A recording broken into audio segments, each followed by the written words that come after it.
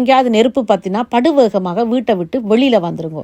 காசு பொருள் எல்லாம் அதுக்கு அடுத்தது, உயிர் தான் முக்கியம். நாங்கள் எப்படி செய்தோமோ அதே போல் எல்லாத்தையும் விட்டுட்டு குளிரென்ற பட்சத்தில் ஒரு உடுப்பை தூக்கி கொண்டு நீங்கள் வீட்டை விட்டு வெளியில் வரதான் முதல் முக்கியமான விஷயம். ஏனென்று சொன்னால் நீங்கள் உள்ளுக்கு நின்று புகைதானே போயிடும், எங்களோட வீட்டுக்குள்ள நெருப்பு பத்தியில் தானே நின்றுங்கண்டாலும் கூட அந்த புகை மனம் வந்து எங்களோட நுரையீரலை பாதிச்சு இறப்புக்குள்ளாக்குறதுக்கான வாய்ப்பும் இருக்குது. ஆகவே இப்படியான விபத்துகள் ஏற்படுற நேரத்தில் பட்டுவேகமாக வீட்டை விட்டு இறங்கிடுங்கோ.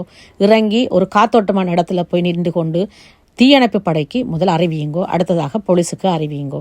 இதுதான் நாங்கள் செய்ய வேண்டிய முக்கியமான விடயம். பிள்ளைகளுக்கும் கற்றுக் கொடுங்கோ. நான் சொன்னது போல சார்ஜரை முதல் கலட்டி வைக்க பழகி கொள்ளுங்கோ.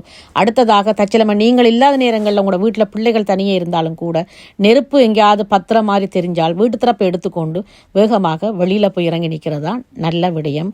கவனமாக இருங்கோ. கவனமாக இருப்பீங்கன்ற நம்பிக்கையில் உங்கள்ட்ட விட பெறுகிறேன். உங்கள் பிரியாளவன். நன்றி, வணக்கம்.